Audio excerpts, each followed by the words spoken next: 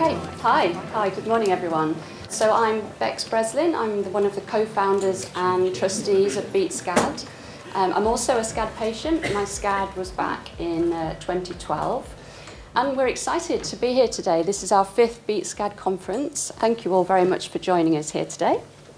Okay, so just a few housekeeping items to begin with. Well, there's 2 slides worth of housekeeping items to begin with. So T-loops available if anyone needs that. For hearing aids, give us a wave if you need any help to get that set up.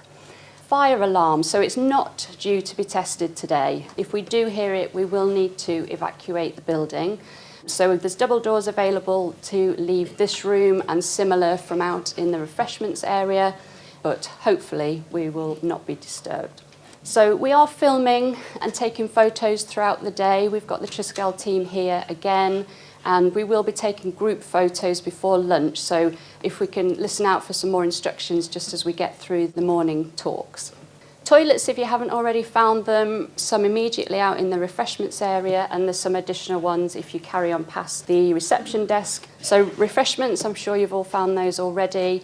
We will have a couple of refreshment breaks, and we are more people than seats. So we may just need to stagger the entry through into lunch a little bit, but we do have the Beat SCAD shop, so feel free to have a look at the Beat SCAD shop before you pick up your lunch. Also, Beat SCAD shop, any pre-order collections, please do remember to pick those up before you leave today. And SCAD patients, you may have already seen as well the inspiration boards that's just outside. These are a really wonderful part of the conference, and I encourage you to, jot something down on the paper and pin that to the board and have a read of what other people put on there as well. We're at different stages of recovery. People here are, only diagnosed in the last year or 2. Some people had them, 10, 13 years ago, like myself. So lots of different stories, and it can be as regular or extravagant as you like. Don't worry if you're not a marathon runner. You're never going to see me pinning ran a marathon on that board. So a couple of other admin items. So SCAD patients will have been given a FMD survey at the reception desk. If you've got a chance, please do complete that today and pop that in the box. It's not just for FMD patients, so it's SCAD patients and about FMD as well. So, please do complete that for Tina. And similarly, Leicester SCAD Registry. If anybody isn't already signed up to that, we've got some packs available from the Leicester team so that you can sign up to that as well.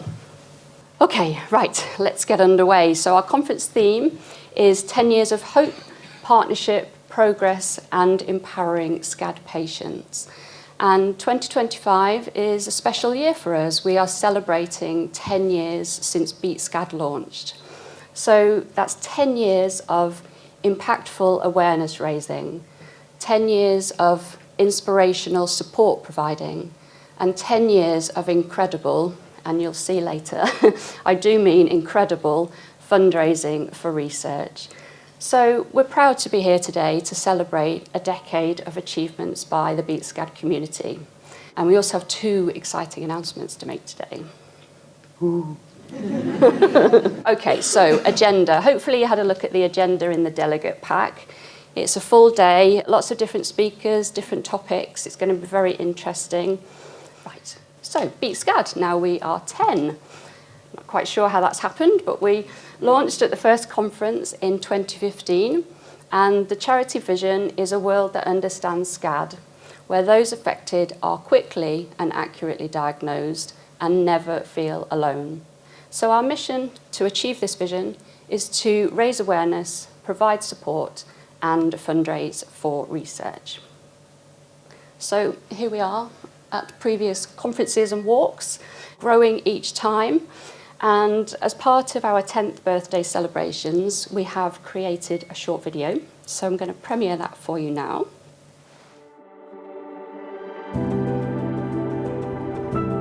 "10 years ago, Beat SCAD evolved from a patient group with a mission to bring hope to those affected by spontaneous coronary artery dissection. A decade later, we're proud of what we've achieved together.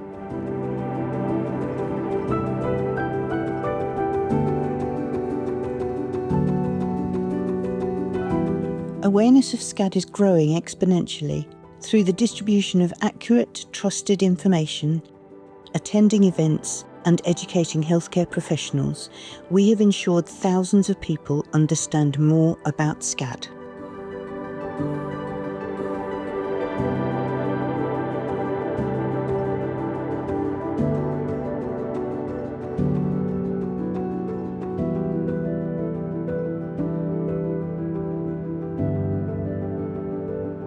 Behind every diagnosis is a story and a need for support.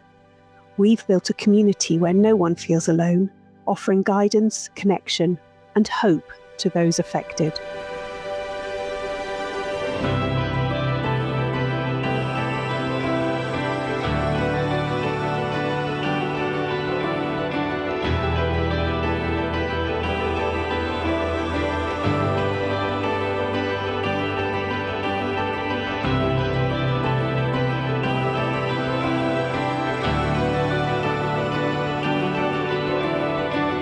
Together, our community of fundraisers have raised hundreds of thousands of pounds to fund pioneering research, helping to unlock the causes of SCAD and improving diagnosis, treatment, and patient outcomes worldwide.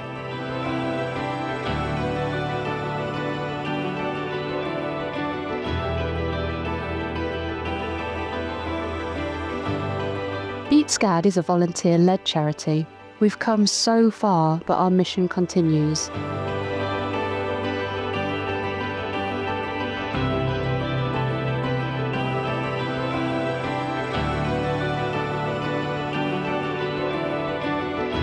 Thank you for being part of this journey. Here's to the next 10 years of increasing awareness, supporting the SCAD community, and driving change through research.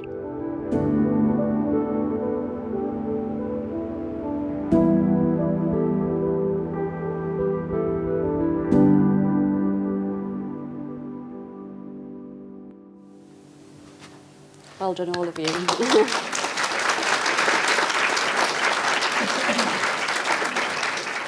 So, it's a lot. It's a lot that's gone on in the first 10 years of operation. We're really, really proud of everything that we've achieved, everything that you have achieved. This is the Beat SCAD community, and everything that you've seen summarised in that video wouldn't have happened if everybody hadn't been collaborating together for the same cause. So thank you for everybody who's contributed to our first 10 years. And thanks to Sophie as well, actually, from Trustee for creating that video. We're really pleased with it, and we love making it with you. Okay, so Beat SCAD is currently run by 3 trustees, so this is a voluntary role that I perform alongside Debbie Oliver and Sarah Coombs. So we each dedicate time and skills just to keep charity governance in tip-top condition. So, we need to be compliant with regulations and charity law. So there's a lot of administrative work that goes on, all the fun stuff that you can think of, all the policies, the finance management, all the data protection side of things. And we do it to ensure responsible decision-making throughout the charity. We aim to minimise the running costs of the charity so that we can maximise the funds available for charitable activities, and especially for research. We know that the community want to have answers about this condition, and those answers will come from the research. And as you saw in the video, we have awarded over 80% of our expenditure to research. So we do limit the use of funds raised to make sure that we only pay for essential professional services that we need to support our activities. So that's primarily accountancy and also website and IT support. But the charity has no paid employees. We have no premises, we have no costs associated with those sort of aspects. So everything that you see, all those achievements, are the hard work and dedication of volunteers and a passionate group of fundraisers. Now, we've been supported by many volunteers over the 10 years, and we probably have around 10 regular volunteers at the moment who help with different projects. So some people help us with awareness raising, so doing educational sessions for healthcare professionals where they come and share their story. Other people are trained as buddies, so they help us with the peer support service. And then other people have helped with things like creating a fundraising pack and social media content. And I know some of you are here today, so thank you very much for the help with these projects so far. And We did find, though, that we often have more people asking us how they can help than we, the trustees, have bandwidth to follow up with or even to support to get working on a project. So we found that recruiting a volunteer manager became our highest priority. So I'm pleased to say, and this is the first of our 2 announcements today, that we have now recruited a volunteer manager, and I'm really happy to introduce you to her today, and this is Emma Rose, and I'd like to just invite Emma, get up here. I'd like to just invite Emma up here to say a few words of introduction. I promise I'm not going to sing. I do feel a little bit like a celebrity, though. So last April, while performing at a samba drumming gig, I had my SCAD. I'm not going to drum either, so no singing, no drumming. I was very fortunate, as the nurse at urgent care recognised my symptoms, and everything happened very, very quickly. And I was transferred through to James Cook Hospital in Middlesbrough for an angioplasty. This happened at kind of 5 p.m, and by midnight I was sorted, to be honest. Recovery has gone well. There's been some definite ups and downs, both physically and mentally, but during all of this time I felt really supported via the Facebook group, to be quite honest, and having something that the community that brought has been fantastic. And then being able to read up on the BeatSCAD website, looking at the leaflets, all the information was there. It was fantastic. It does, however, it blows my mind how unrecognised and underfunded SCAD is. And I feel thankful that BeatSCAD is here to support, and it's run through the wonderful Bex, Debbie and Sarah as well. So for the last 20 years, I've worked in the third sector managing volunteer teams at various different organisations, and it just seemed the right thing to do to be able to offer to help and to kind of bring my skills over to BeatSCAD as well. So over the first 10 years of BeatSCAD, as Bex has been mentioning as well, the trustees have been supported by many wonderful volunteers across many different projects. This has happened on a project-by-project basis with examples just shared by Bex. So we're now trying to improve the way we organise volunteering for BeatSCAD. We're very, very much at the beginning of this process as well, so we still have a lot of I's to dot and T's to cross. Have I said that the right way? Yes, I have, thank God. But please do come and find me for a chat, or drop me an email, or fill in the volunteer interest form if you are interested in supporting us at all. But if you're interested in supporting BeatSCAD for a minimum of a couple of hours a week, we have a wish list of volunteering opportunities which include things like regional champions, finance support, fundraising, grant writing, helping with the BeatSCAD shop, raising awareness. The list goes on. Honestly, it's pages long. It's really, really long, this list. But I'm pretty sure if you have skills and time that you're willing to donate, then we can probably find a role for you. If not this minute, it might be in the future as well, so just let us know. So like I said, if you don't have an immediate volunteer opportunity, I'm going to create a mini database of people's skills and interests that we can use in the future as well. All I ask is that you bear with us as we get organised, because we've all got jobs, we've all got families, and we kind of do this in our spare time as well. If I don't get back to you straight away, don't worry, I haven't lost your email. I will be back in touch with you as well. But we are all incredibly committed to supporting SCAD survivors, raising awareness about SCAD and raising funds for research as well. So please come and find me. I'm wandering around with a QR code that will take you directly to the volunteer interest form, or I can take your details and I'll drop you an email during the week as well. But thank you very much, everybody. Thank you, Emma, and thank you for joining the team. We're really happy that you're bringing your expertise, and you've hit the ground running already, bringing fresh ideas to us. So we look forward to working with you. Okay, next, just briefly, our mission area achievements. So BeatSCAD is making a positive impact, raising awareness. We have reached thousands of people with our videos, leaflets, and educational sessions. And I just wanted to mention 2 of our most recent achievements here. So we did a full website redesign last year, and we've brought new functionality into that, enhanced content, and it's really become an excellent resource. And we've also added a SCAD for Patients booklet, which is a more consolidated source of information. I'd just like to say a very special thank you to Trustee Debbie here, because she led both of these really important projects. Also to Sarah, because you both dedicated a huge amount of time to both of these. And like I say, they are, 2 of our most valuable resources. And, thank you and well done.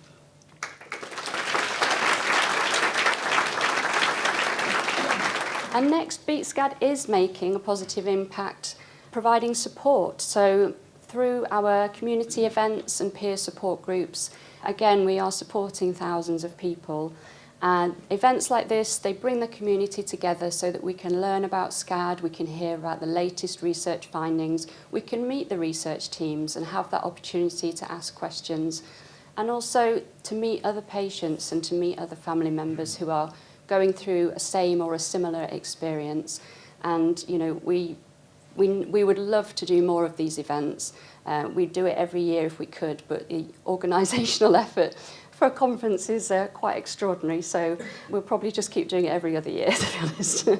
But another acknowledgement of thanks here to Debbie and Sarah, because again, you spend, I don't know where you get all your time from, but you spend a lot of time as administrators of the 2 Facebook support groups, answering many, many questions, signposting people to resource, and facilitating patient introductions as well. But also a shout out of appreciation to all members of the Facebook groups, because together you have created a very safe, supportive and respectful environment, really, and it's a credit to the community, and it's a credit to how people connect through SCAD and, you know, find a way to work through it together. So thank you for that. And thirdly, Beat SCAD is making a positive impact to fund research. And you saw in the video, huge amount of money has been awarded to research, over £425,000 now. And this includes what's our second announcement for today, which is a new award that we've just made recently for just over £29,000. And this is to help with funding of a research assistant to support the team for the coming 4 years.